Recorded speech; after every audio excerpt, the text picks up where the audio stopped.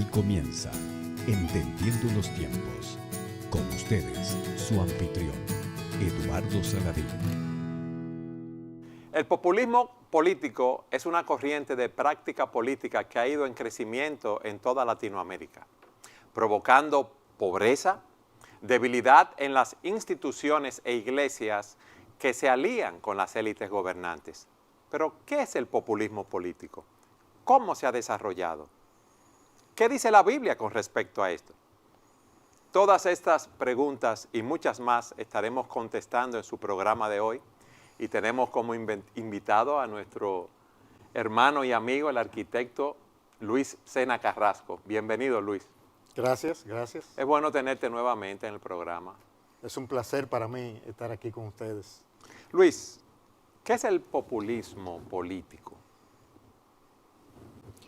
Podríamos decir que el populismo es una práctica de hacer política que se ha hecho muy popular en el siglo XX y el siglo XXI, que consiste en convencer a las masas de dar su voto por personas o por grupos en base a la manipulación de sus ideales, de sus deseos, de sus necesidades.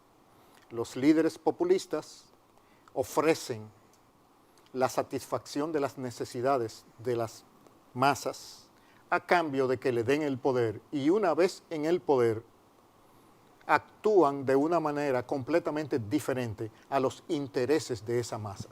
Ni siquiera tratan de satisfacer, aunque sea medianamente, esas promesas que hicieron a las masas. Sí tratan de hacerlo, pero con una estrategia inefectiva que produce un deterioro de las instituciones y de la economía, llevando a las masas a una condición de pobreza e injusticia mayor que la que estaban antes de elegir a las autoridades populistas. Perdón, Luis, yo puedo entender el tema desde el punto de vista de las necesidades, de ofrecer cosas que son necesidades del pueblo, pero tú mencionaste ideales y me quedé pensando, ¿tú puedes dar un ejemplo de cómo entran los ideales en esa definición de populismo? Bueno, en Latinoamérica, los gobiernos populistas usualmente vinieron después de dictaduras militares. De derecha. De derecha. Bueno, eran dictaduras militares, yo creo que habían derecho y zurdo. Sí, porque el populismo surge en cualquier tipo de régimen. Pero generalmente en general, durante la Guerra Fría hubo una línea, sobre todo en Latinoamérica, de apoyar regímenes militares, dictatoriales, que entonces reprimieron el avance del comunismo en las naciones, y eso trajo injusticia, sobre todo persecuciones, desapariciones, etc. Entonces, el ideal de las masas era libertad. Okay. El ideal de las masas es que hubiese justicia. El ideal de las masas es que económicamente desarrollo económico, pudiéramos estar mejorcito. Vivir en paz. En paz interna. Entonces, todos esos ideales, que no eran ideales del momento, sino también ideales atrasados, como le llaman los políticos, esa deuda histórica de nuestras naciones desde los periodos coloniales, porque debemos recordar que aunque las naciones latinoamericanas durante el siglo XIX y algunas temprano en el siglo XX adquirieron sus libertades de España, fueron libertades bastante condicionadas. En algunos casos, como en Centroamérica, fue España prácticamente que le dijo que no podía seguirlo manteniendo, entonces ustedes sálvense como puedan, y les dio una opción de libertad siempre y cuando se mantuvieran en todo de acuerdo con la madre patria, que la única religión que iba a tener formalidad y prevalencia era la religión católico-romana, y que no se iban a derogar todas esas leyes coloniales que España había puesto. ¿Qué clase de libertad era esa? Entonces, hay una deuda histórica en los pueblos de nuestras naciones que han sido explotados, los del pasado y los del presente, para subir regímenes populistas. todos los regímenes de una forma u otra tienen cierto tipo de populismo porque quieren ganar, ¿verdad?, el favor de las masas. Pero hay un populismo que es extremo. ¿Cómo se desarrolla ese populismo en América Latina? Tal vez el caso, diría yo, más completo para estudiarlo es el caso de Argentina con Perón, con el peronismo. ¿Qué pasó allí? Perón, estamos hablando de la primera mitad del siglo XX, estamos hablando de una dictadura militar, mandan una serie de oficiales argentinos a Europa a formarse académicamente. Perón va y aprende del Duce, de Mussolini, en Italia, que es el creador del fascismo, y entonces cuando regresa como militar y dentro de una estructura de gobierno militar, comienza a preparar un camino de ganarse al pueblo, porque él fue designado como el ministro de Trabajo, el equivalente del ministro de Trabajo, y comenzó a favorecer todos los litigios y todos los debates que había entre el empresariado y los sindicatos. Él comenzó a darle el favor a los sindicatos y a ganarse la masa obrera para crear una base política que posteriormente fue quien lo apoyó. Luis, pero generalmente en los ministerios de trabajo o en las instituciones, por ejemplo, que defienden al consumidor, la inclinación es, en el Ministerio de Trabajo, defender a los trabajadores. En el Ministerio de Defensa al consumidor, defender al consumidor. No, y eso está correcto. Estamos hablando de que en el caso específico de Argentina, Perón utilizó ese camino para subir, porque no fue haciendo esa tarea en el Ministerio de Trabajo que él se convirtió en populista, sino lo que hizo después. Okay. Esa fue su plataforma para subir. Para ganar adeptos, la popularidad sobre que todo necesitaba. a la clase trabajadora de Argentina y a los sindicatos. Ahora, perdón, yo creo que es importante a esta altura del programa hacer una diferencia o una distinción entre un gobierno popular y un gobierno populista. Porque tú puedes ganarte el favor del pueblo haciendo cosas correctas y pagando esa deuda histórica, como tú decías. Puede haber un gobernante con suficiente sagacidad y sabiduría a la vez que sin ser populista traiga medidas que favorezcan al pueblo y va a ser un gobierno popular. Entonces hay que tener cuidado en distinguir estas dos cosas. Sí, porque un gobierno populista, recuerden que siempre que ponemos el ismo, el sufijo ismo después de una palabra, estamos hablando de una ideología que está caracterizada por algo. En este caso, el gobierno populista es propagandista, es un gobierno que promete cosas que no necesariamente tiene ninguna intención de cumplir. Es simplemente un gobierno que trata de estar bien con la gente, aunque las medidas que tomen a la larga hagan más mal que bien. Por ejemplo, un gobierno populista tiende a ser paternalista y ya nosotros sabemos que el paternalismo no funciona en el gobierno porque el gobierno no es el padre de familia de la nación. Cuando un gobernante se constituye en el padre de la familia de la nación, ya se está encaminando hacia un gobierno populista que probablemente mucha gente pobre que no entiende del todo lo que está detrás de ese regalo envenenado. Por ejemplo, te voy a dar una cuota mensual para que tú vayas al supermercado y compres. Y la gente dice, wow, están repartiendo dinero. Pero resulta que eso no resuelve el problema de ese pobre. Lo que ese pobre necesita es otra cosa para salir de su pobreza. Entonces, sí, pero sería bueno, a la luz de la definición que tú das, que es muy apropiada, decir que el populista hace propuestas falsas para la transformación social, económica y política del país para ganar el favor del pueblo. Porque tiene un interés espúreo que no es del pueblo, es de la persona y su grupo. Porque si fuera desinteresado y que por ignorante o incapaz, entonces no caería dentro del populismo que estamos hablando. Estamos hablando de un grupo y prácticamente en Latinoamérica el populismo es la estrategia del nuevo marxismo. Es decir, después de la caída de la Guerra Fría, de la Unión Soviética, etc., entonces el marxismo se relanzó ahora utilizando los sistemas democráticos. Y para utilizar los sistemas democráticos, la opción, su estrategia, fue el populismo. O sea que hay un interés, en este caso marxista, detrás de tomar el poder para que esas élites marxistas se aprovechen de ese poder. No es simplemente desinteresadamente. Pero se aprovechen del poder para realizar las transformaciones sociales, políticas y económicas que ellos querían hacer para el bien del pueblo, ¿o qué?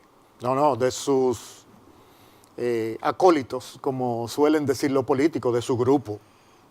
Porque si es un interés genuino en el pueblo, entonces no estamos hablando de populismo, estamos hablando de la manipulación de los intereses de la masa para un grupo tomar el poder y aprovecharse de ese poder. Y para poder mantener esa estrategia necesita que la gente se mantengan pobre. Porque si suben de nivel económico, se acaba ese discurso. ¿Es que siempre van a haber pobres, Luis? Sí, pero la proporción de ellos debería tender a ser menor. Por ejemplo, fíjate qué pasa. En Deuteronomio 15, a los pobres siempre los tendréis con vosotros. En el contexto de Deuteronomio es toda una estrategia para minimizar la pobreza. Sí. O sea que prácticamente lo que está diciendo ese verso de que los pobres siempre lo tendréis con vosotros, lo que está queriendo decir, como estamos en una creación caída, siempre va a haber un remanente pobre dentro de un sistema económico próspero, el cual Dios dio la sabiduría para que se produjera y sobrenaturalmente ofreció hacer que prosperaran. Entonces, en ese contexto, iba a haber un remanente pobre, pero no que la pobreza era la regla que iba a existir en la condición económica de Israel. El punto es, Eduardo, que hablando ya oyendo al tema que tú acabas de mencionar, el punto es que nosotros nunca vamos a eliminar completamente la pobreza de ninguna nación, pero sí podemos establecer las reglas de juego que permitan que una persona honesta, que sea trabajadora, pueda prosperar, porque las reglas de juego son iguales para todos. Y eso es lo que debe hacer el gobierno. O sea, el gobierno no está llamado a querer suplir las necesidades económicas del pueblo. Eso no es su papel, sino de establecer las reglas del juego necesarias para que un individuo que sea trabajador, que sea honesto, puede prosperar y progresar en ese contexto, porque la justicia se aplica igual para todos. Sí, ¿no? Entonces eso no es populista, pero sí va a ser popular. Pero también lo que Luis plantea, Sugel, es que mientras más personas salgan de esos niveles de pobreza como son definidos, ¿verdad?, y estén con una vida más cómoda, van a ser menos manipulables en ese sentido. Eso es lo que tú quieres decir. Sobre todo su nivel de educación. Porque, por ejemplo, sí, dentro de la creación caída, a los pobres siempre lo tendremos con nosotros. ¿Y por qué la proporción tiene que ser más grande en República Dominicana que en Suiza? Sí. Porque Suiza también pertenece a la creación caída.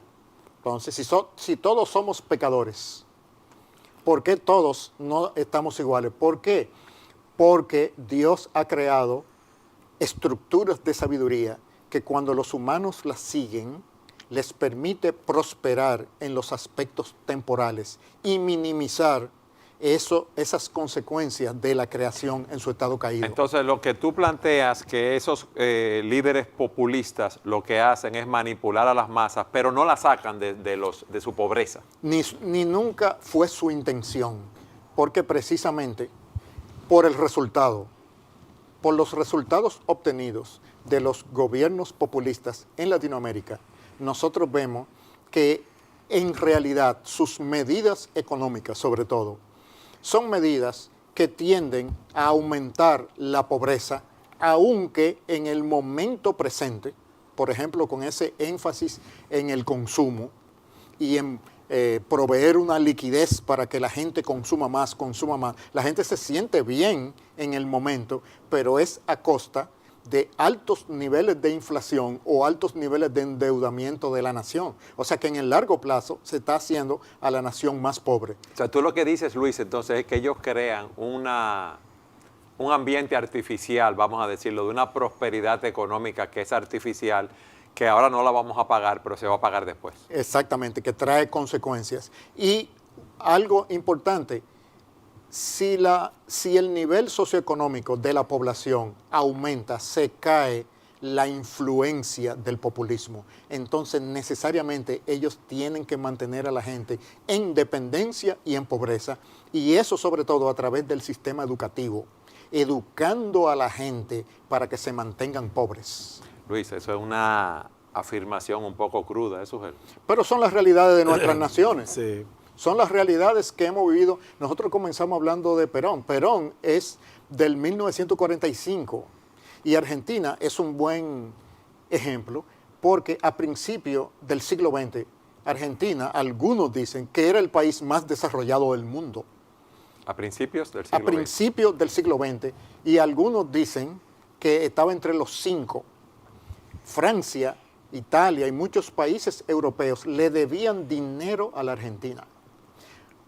Entonces, miremos la trayectoria histórica de la Argentina, que pertenece a nuestros hermanos de Latinoamérica. Ahí nosotros podemos ver cómo una herencia cultural que no está basada en las verdades de sabiduría revelada por Dios, trae consecuencias que se reiteran en las naciones, porque esa cosmovisión, esa manera de pensar, se mantiene y hace que vuelva otra vez a la condición en que estaba.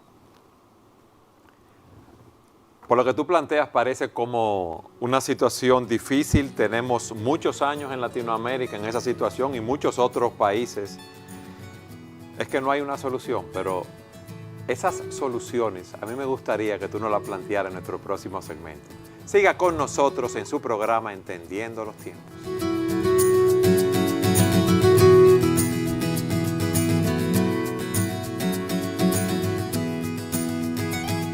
Luis, antes de hablar de cómo atacar ese populismo, cuáles son las soluciones, durante la pausa hablábamos de un caso actual de populismo, que es el caso que tú mencionabas de Venezuela. ¿Qué tú puedes decirnos de esto?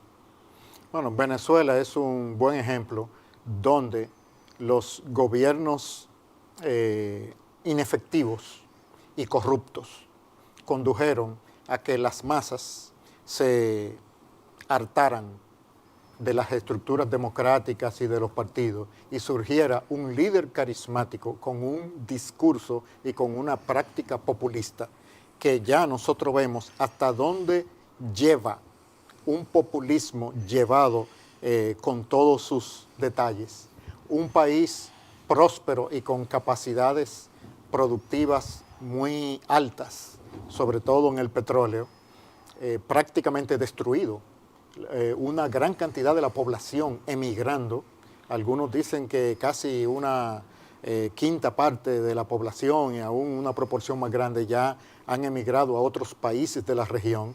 Es decir, cómo Venezuela representa un país destruido por el populismo, pero la infraestructura la puso la corrupción previa bajo regímenes supuestamente democráticos. O sea que hasta cierto punto debemos asignarle un nivel de responsabilidad a una democracia mal llevada que trajo como consecuencia la oportunidad para que un régimen populista se estableciera en el poder, y nosotros sabemos en el caso de Venezuela que fue siguiendo normativas de Cuba.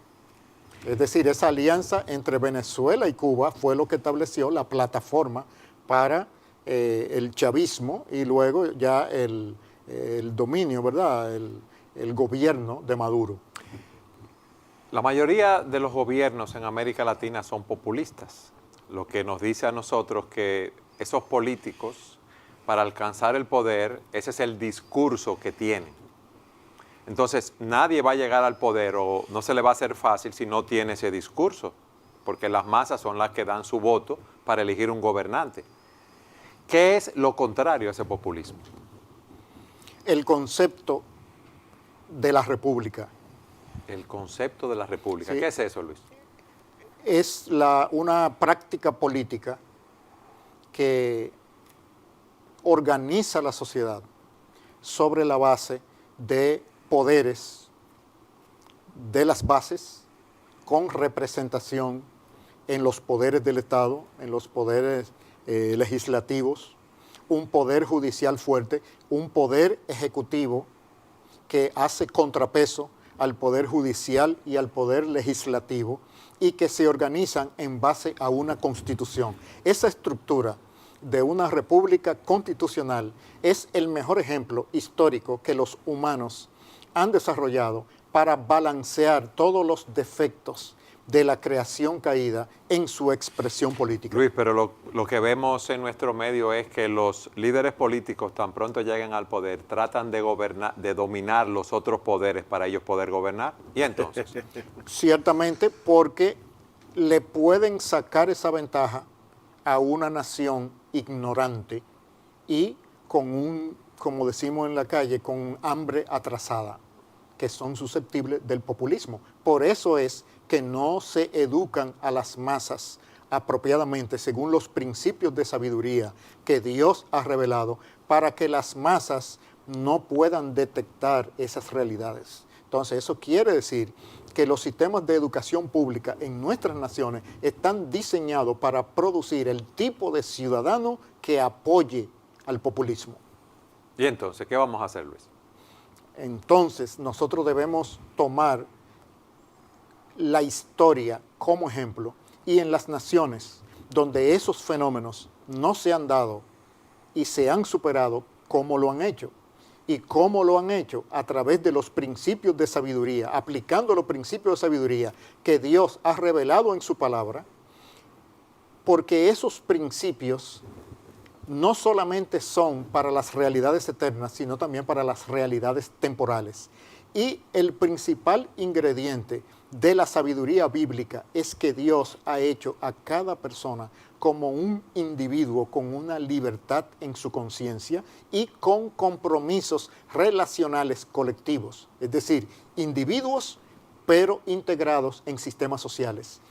Cualquier sistema que enseñe a las personas a ser libres está vacunándolos contra el populismo, porque libre no quiere decir que van a hacer lo que le plazca. O sea, que no van a ser independientes de cumplir las leyes de un país y comportarse como debe comportarse un ciudadano. Es decir, una persona libre reconoce su responsabilidad, no solamente individual, sino colectiva. O sea, no estamos hablando de individualismo, sino que estamos hablando de individualidad. Individuos conectados en sistemas sociales. Así es que Dios creó a los seres humanos, varón y hembra, pero en el contexto del matrimonio, comunidades, naciones.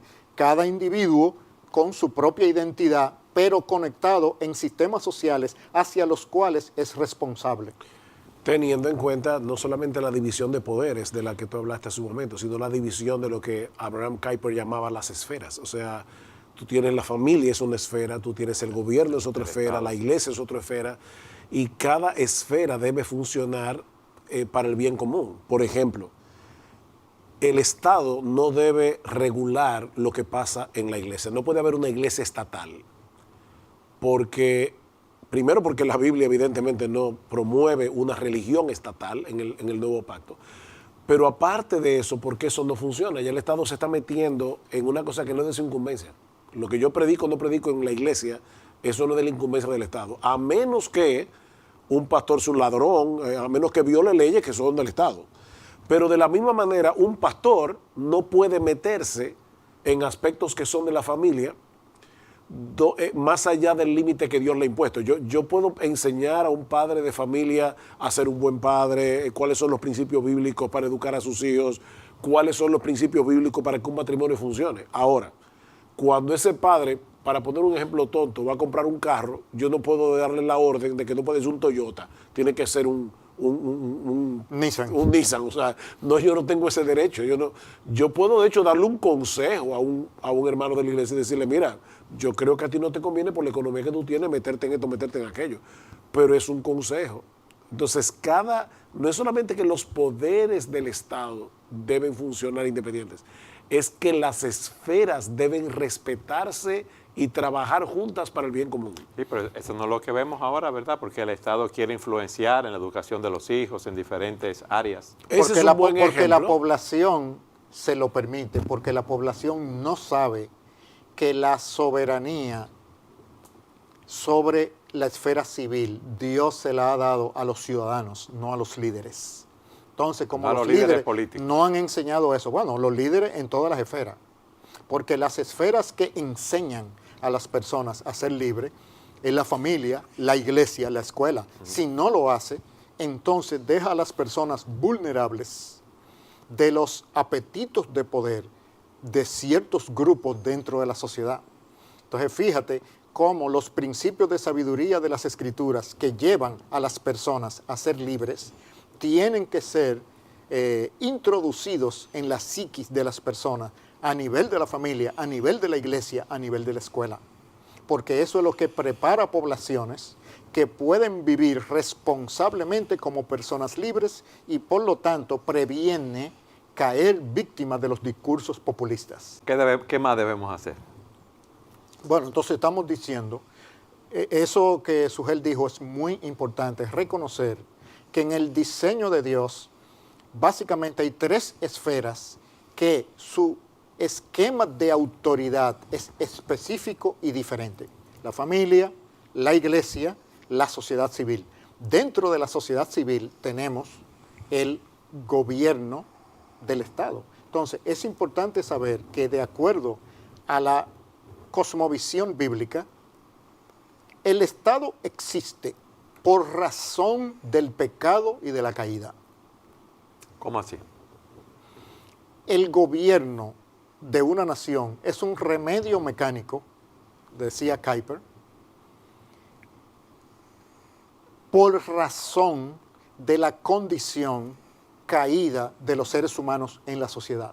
Eso quiere decir que todos los seres humanos, los gobernantes, tendrán una tendencia a abusar de su autoridad y las masas tendrán una tendencia a no respetar las leyes y caer en la anarquía.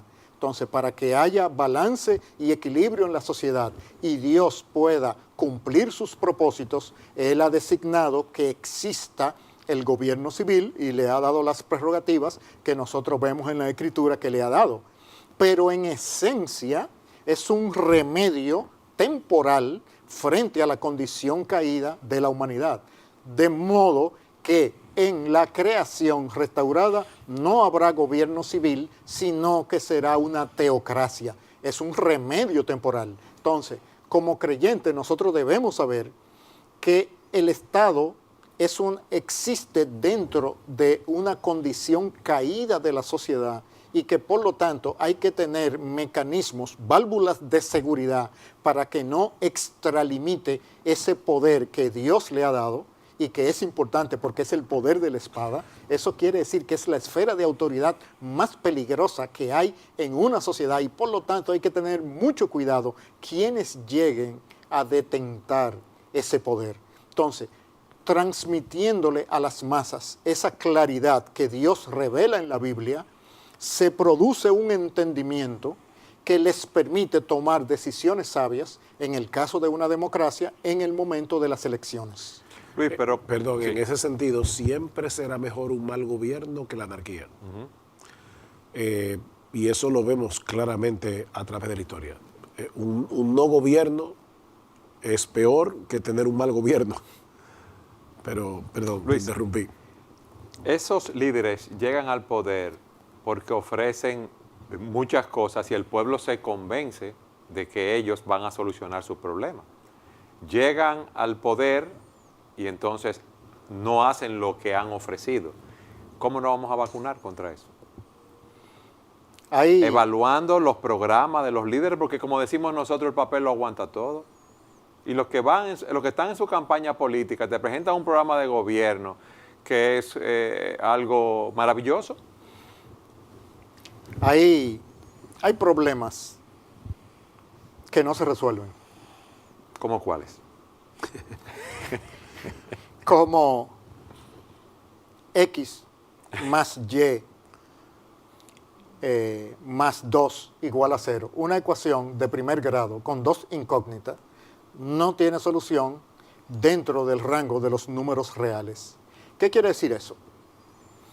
Que la mayoría de los problemas son sistémicos. Entonces los problemas sistémicos no se resuelven con una táctica. ¿Cómo llegamos hasta aquí a una condición donde los populistas tengan el poder en muchos de los países de Latinoamérica? Es una condición sistémica de nuestras sociedades donde la ignorancia del pueblo y la falta de un discipulado y una predicación profética de parte de la iglesia han creado un entorno donde no se puede resolver el problema. O sea, Entonces, tú dices que la iglesia ha sido responsable de eso entonces. Claro, porque ¿quién tiene la clave para enseñar libertad en una nación?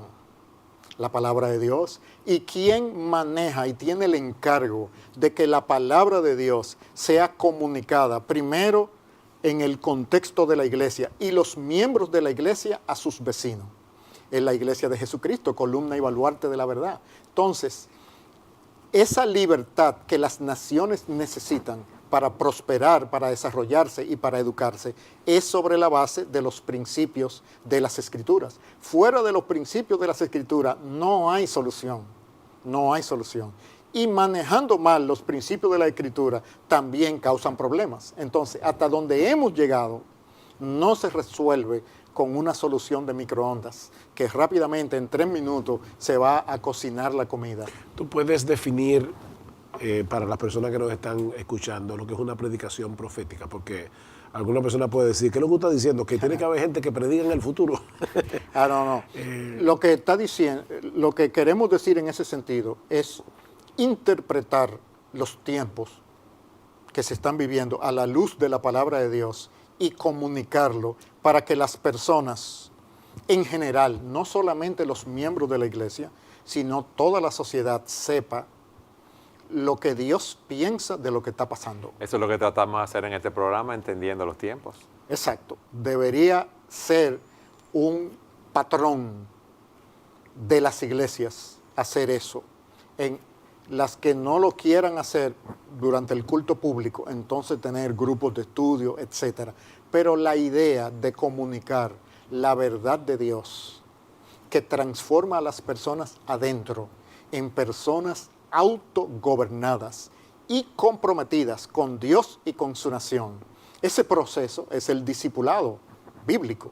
Entonces, ese discipulado bíblico a la vez funciona no solamente en el contexto espiritual, funciona también en el contexto político, porque es que la sabiduría de Dios no está restringida a ninguna esfera limitada de la creación.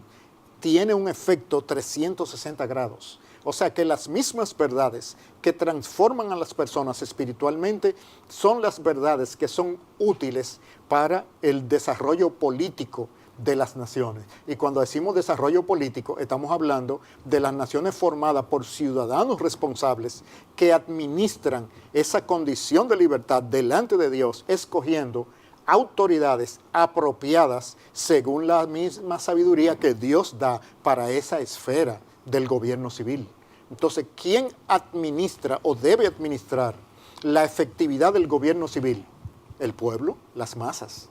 Pero esas masas tienen que ser instruidas con la verdad para que sepan para qué Dios creó el gobierno civil y cuál es su propósito y cómo debe funcionar. En ese sentido, yo sigo insistiendo en que la predicación de la palabra de Dios, cuando es fiel a la Escritura, es decir, cuando el predicador no está imponiendo su pensamiento a la Biblia, sino que está exponiendo lo que la palabra de Dios enseña, a la larga, porque no es a la corta, este es un trabajo de largo alcance, a la larga transmite a las personas que están en la iglesia una cosmovisión, es una visión del mundo. No se trata simplemente de explicarle lo que este texto de la Biblia significa, es mucho más que eso, hay una aplicación de ese texto, porque toda la Biblia es aplicación. Y al final de cuentas, si yo enseño todo el consejo de Dios, yo voy a enseñar al miembro de la iglesia a pensar como cristiano. No, no es simplemente decirle cómo él puede ser salvo, cómo él puede escapar del infierno e ir al cielo. El mensaje de la Biblia tiene un alcance mucho mayor. La Biblia provee una cosmovisión. El problema es que muchas veces nosotros no enseñamos a la gente a unir los puntos. O sea, lo que yo estoy escuchando el domingo en la iglesia, ¿qué tiene eso que ver conmigo como esposo, como padre? Ahí hay una esfera de la que hablamos como ciudadano, como ciudadano, en mi trabajo, como trabajador. O sea, esa cosmovisión debe permear toda mi vida. Yo funciono como cristiano 24/7, no importa donde quiera que yo me encuentre. Aún cuando yo tenga que votar en unas elecciones.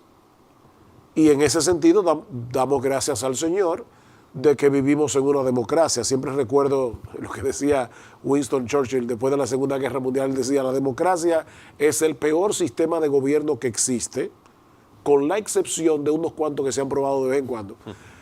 El hombre está dañado por causa del pecado. Y precisamente por eso es que nosotros no podemos darle tanto poder a un solo hombre. Tú hablabas ahorita del caso de Venezuela. Siempre que tú ves a un gobernante convirtiéndose en Mesías, ya tú sabes que va a haber un problema, porque el gobernante no es el Mesías. Y ningún ser humano es salvador. Ningún ser humano es tan inocente y es tan desprendido de sus intereses egoístas. Eso no existe. Pero ¿quién enseña eso?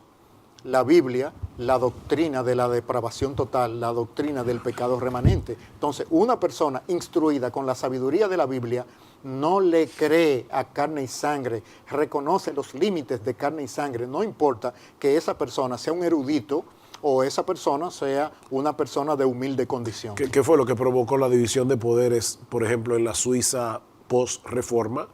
Cuando todavía no había WhatsApp ni nada de eso, los poderes del Estado estaban en cantones diferentes, precisamente para que no pudiera haber esa influencia, para tratar de delimitar esa influencia.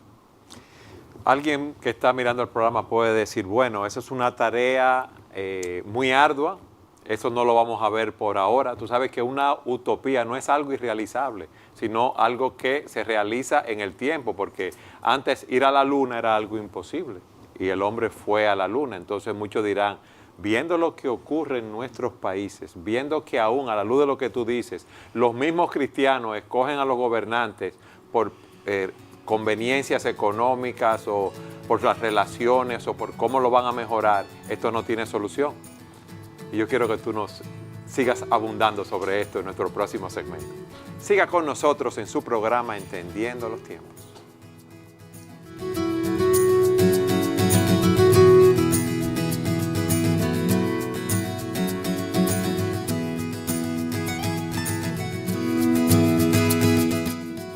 Y ahora, lo recomendado. En lo recomendado para hoy tenemos el libro Bienaventurados los humildes, la bendición de la humildad de Jerry Bridges. Nos dice el autor que la humildad es la segunda cualidad de carácter que se menciona con más frecuencia en el Nuevo Testamento. Solo le antecede el amor. De una u otra manera, todas las demás cualidades se edifican sobre el amor y la humildad. Por lo tanto, debemos desarrollar esta cualidad de carácter.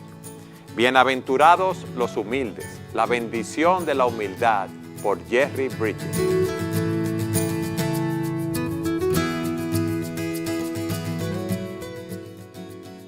Luis, ¿el populismo aplica solamente en la esfera política o aplica en otras esferas también? Aplica en otras esferas. De hecho, pudiéramos decir que en cualquier contexto donde tienda a masificarse a las personas y sacarles ventaja en base a sus expectativas e ideales, se está aplicando el método populista. ¿Usted sabe que en las iglesias se puede aplicar el populismo entonces?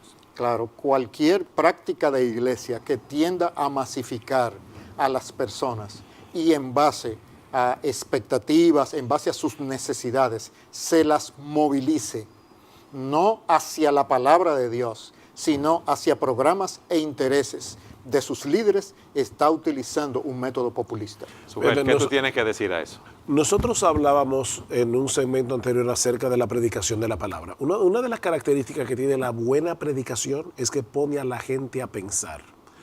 Cuando un pastor masifica al rebaño, no quiere que la gente piense por sí mismo, los lleva a depender de él. Él es el gurú que tiene todas las respuestas. Él está siendo un pastor populista, porque él está masificando a la gente para que dependan de él y lo mantengan en ese estrato de poder. Los pastores no estamos allí para convertirnos en gurús. Nosotros no somos el oráculo de Delfos que tenemos todas las respuestas. Nosotros somos personas que guiamos a la gente a Cristo y a la Biblia, porque Cristo es poder de Dios y sabiduría de Dios. Ahora, yo quiero hacer una diferencia aquí, porque el otro día hablaba con alguien que decía, bueno, lo que pasa es que la religión se inventa necesidades y así mantienen a la gente subyugada buscando la respuesta que la religión da. Por ejemplo, la amenaza de que el que no se arrepiente se va al infierno. No porque esa amenaza esté en la Biblia, esa amenaza no la estoy dando yo, esa amenaza la dan las Escrituras. La persona que más habló acerca del infierno es Jesucristo, y Él vino al mundo y se hizo hombre a morir en una cruz porque esa amenaza es real. Yo no me estoy inventando una amenaza para entonces mantener a la gente subyugada con la religión. No, eso no es populismo, eso es predicar fielmente a las Escrituras. Pero cuando yo rebajo la Escritura, por ejemplo, a un evangelio light, donde las personas viven como les da la gana y de esa manera yo mantengo a la gente contenta, cuando yo prometo prosperidad material, como hacen los evangelistas de la prosperidad, y así mantengo a la gente viniendo por montones a mi iglesia porque todo el mundo quiere ser rico, yo estoy convirtiendo la iglesia en un lugar donde el populismo impera. Y estoy siendo un pastor populista en vez de predicar fielmente las Escrituras. Ahora, ¿qué pasa cuando tú predicas fielmente la palabra de Dios y tú pones al miembro de la iglesia a pensar, a razonar bíblicamente? Yo no tengo que enseñarle cómo reaccionar y responder a todas las cosas a las que él se va a enfrentar en la vida, pero él está aprendiendo a hacerlo por sí solo.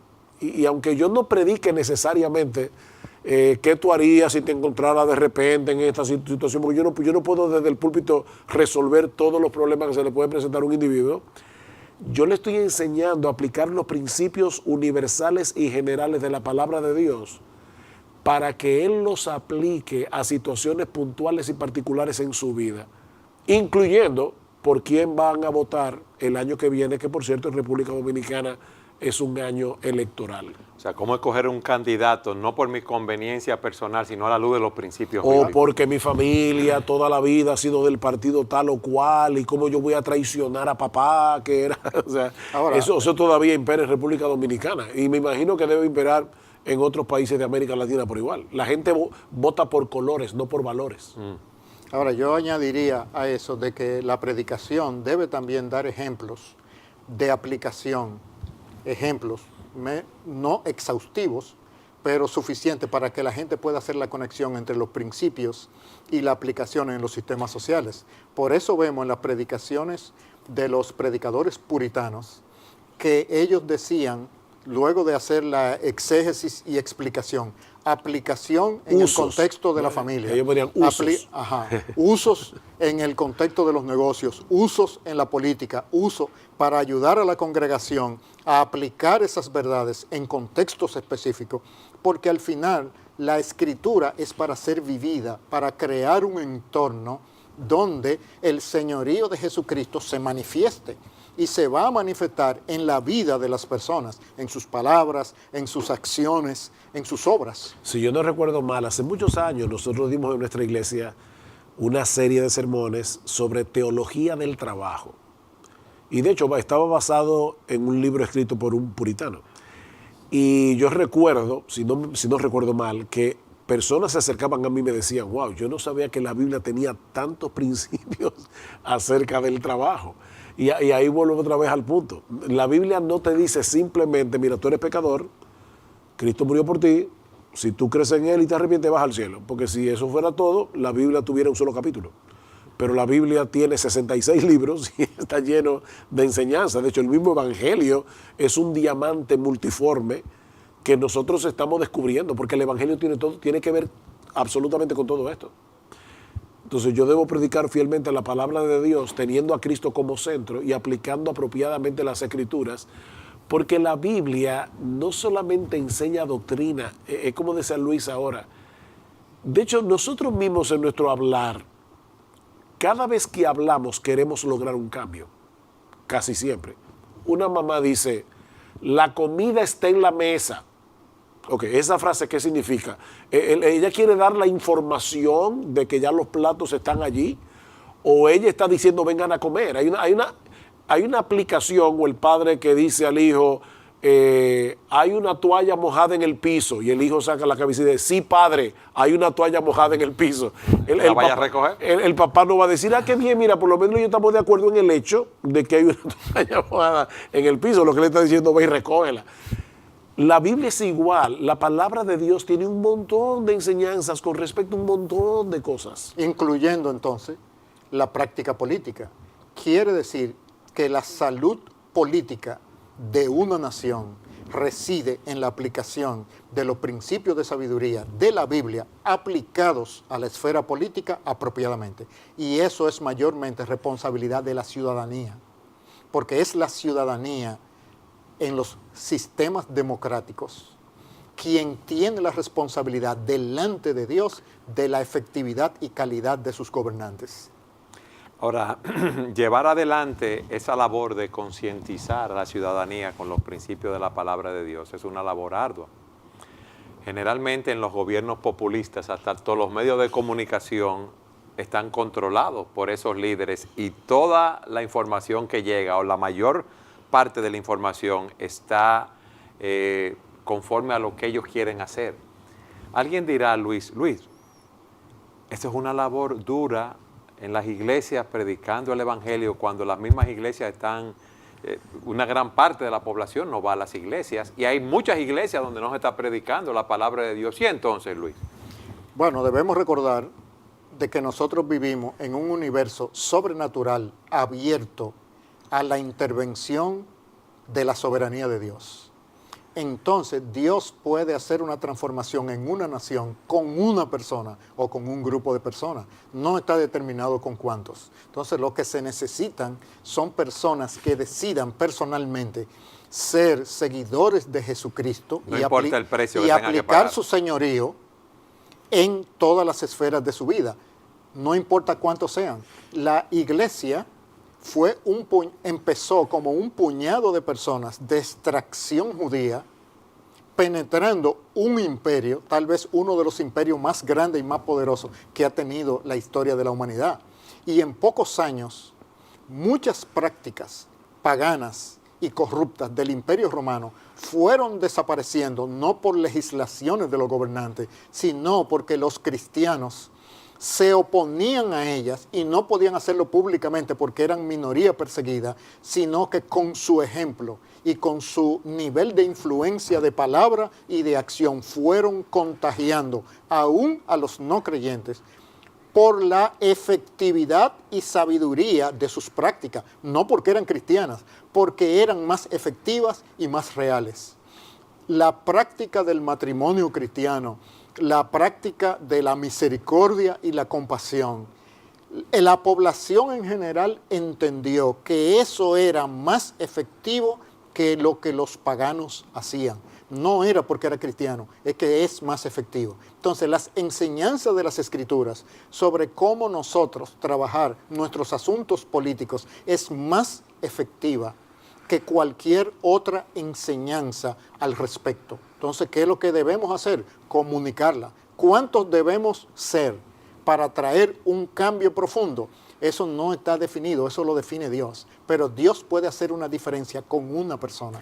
Esas palabras de Luis nos dan mucha esperanza, Sugel, porque es un obrar del Espíritu de Dios. Y hay muchos casos y muchos países donde ha habido un movimiento del Espíritu de Dios, donde muchas personas han venido al conocimiento del Señor y ha habido un cambio profundo, lo que se conoce también como un avivamiento. Eso te iba a decir, nosotros vemos en la historia que en los grandes avivamientos que han habido, ese es uno de los beneficios colaterales. O sea, el avivamiento no tiene que ver directamente con eso.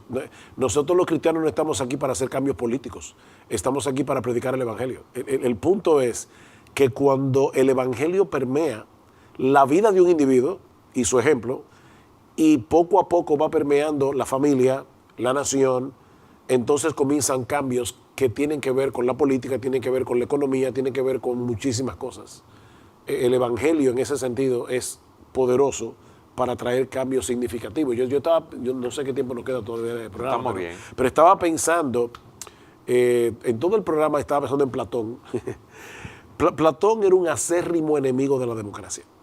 Y una de las razones por las que Platón no creía en la democracia es porque él decía, en primer lugar, el pueblo no sabe lo que le conviene. Cuando el pueblo elige, él no sabe lo que le conviene. Pero en segundo lugar, cuando un gobernante llega al poder y es sostenido por el pueblo, a la larga él va a querer darle al pueblo lo que lo mantenga en el poder, no lo que el pueblo necesita. Y eso es populismo.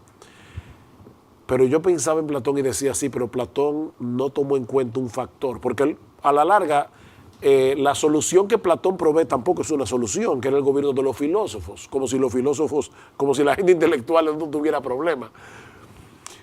Yo decía, el factor que Platón no pudo tomar en cuenta precisamente es Jesucristo y la Biblia. Él no podía tomar en cuenta iglesias que instruyeran con la palabra de Dios al ciudadano común. Platón no tenía eso en su cabeza y no podía tenerlo porque en la Grecia que él vivió eso no existía. Entonces, en ese sentido, nosotros, y voy a decir esto, va a parecer hasta orgulloso, nosotros tenemos un poquito más de luz que la que Platón tenía en aquel momento, a pesar de ser uno de los más grandes filósofos de la antigüedad. Porque hay elementos que nosotros sabemos ahora con los que Platón no contaba. Nosotros tenemos púlpitos desde los cuales podemos enseñar la palabra. Nosotros tenemos escuelas cristianas desde las cuales podemos enseñar la palabra de Dios aplicada a las ciencias naturales, aplicada a las matemáticas, aplicada a un montón de aspectos. Debe haber una simbiosis, por decirlo de alguna manera, entre lo que ocurre entre iglesias donde la palabra de Dios está siendo predicada fielmente y escuelas cristianas donde se está educando al muchacho bajo la cosmovisión de las Escrituras, donde cada materia es permeada por la cosmovisión bíblica. O sea, nosotros enseñamos, cuando hablamos de filosofía de educación, el famoso ejemplo del café. Tú tomas el polvo del café, lo pones, por lo menos, no sé qué usarán en otros países de América Latina, nosotros usamos greca para colar el café. La cafetera. Tú pones el agua, tú pones el polvo del café y cuando el agua hierve y pasa por el polvo de café, lo que sale parece café, huele a café y sabe a café porque es café. Bueno, pensemos en el agua como el currículum de la escuela, pensemos en el polvo como la cosmovisión cristiana. Imagínate lo que pasaría si tú tienes iglesias que están predicando fielmente las Escrituras, estás teniendo pastores que ponen a la gente a pensar, que tienen un espíritu bereano. La Biblia habla de un grupo de personas en Berea que cuando Pablo predicaba la palabra, ellos tenían las Escrituras delante para verificar si lo que Pablo estaba predicando era conforme a las enseñanzas de las Escrituras. Cuando tú tienes una iglesia a la que tú le estás enseñando a pensar de esa manera y tienes a la par escuelas cristianas que están educando a los muchachos bajo esa cosmovisión, mire, yo no sé lo que puede pasar en una nación. Como dice Luis, si es con muchos, si es con pocos. Bueno, es que hay una prueba histórica. Europa del Norte después de la Reforma Protestante. Los más altos niveles de desarrollo que la humanidad ha alcanzado, lo ha alcanzado dentro de esas naciones. Y ese fue la visión del mundo que fue exportada a Norteamérica y que da origen a la nación de los Estados Unidos de Norteamérica. Tal vez el experimento de democracia más grande que la humanidad ha conocido. Entonces, hay evidencias históricas de que el cristianismo funciona. Y funciona porque es la verdad. Entonces, cuando esa verdad es transmitida, comunicada y aplicada, tenemos la garantía del creador de la sociedad y de la política de que va a funcionar en esas esferas. Entendiendo, perdón, que nosotros no vamos a nunca llegar a Shangri-La en este mundo. O sea, este paraíso mundo aquí. nunca va a ser perfecto. Sí, porque entonces no desearíamos la Nueva Jerusalén. La venida de Cristo, pero nosotros podemos avanzar el reino de Dios en esta etapa en la que nos encontramos, que algunos teólogos han llamado el ya y el todavía no del reino de Dios. Pero qué bueno que tenemos esperanza de un cambio en Jesucristo. Amén. Luis, gracias por haber estado con nosotros. Siempre un placer. Y a ustedes, gracias por habernos acompañado en su programa Entendiendo los Tiempos.